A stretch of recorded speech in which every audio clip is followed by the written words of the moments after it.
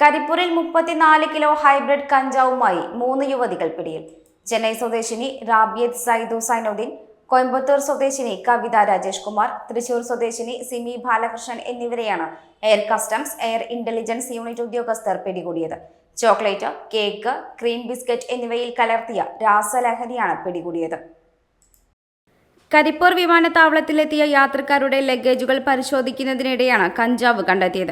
34 kilo hybrid കഞ്ചാവും കൂടാതെ Thailand നിർമ്മിത 15 കിലോയോളം തൂക്കം വരുന്ന ചോക്ലേറ്റ്, കേക്ക്, ക്രീം ബിസ്ക്കറ്റ് എന്നിവയിൽ കലർത്തിയ രാസലഹരിയാണ് പിടികൂടിയത്.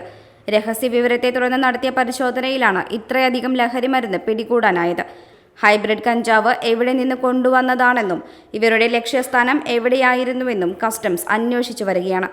അറസ്റ്റിലായ സ്ത്രീകളെ വിശദമായി ചോദ്യം ചെയ്തു വരികയാണെന്നും കൂടുതൽ വിവരങ്ങൾ വരും ദിവസങ്ങളിൽ പുറത്തുവിടുമെന്നും കസ്റ്റംസ് അറിയിച്ചു.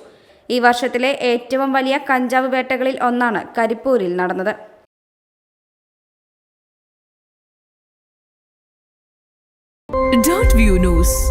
കാഴ്ചകളാണ് ലോകം, കണ്ടു തുടങ്ങുക.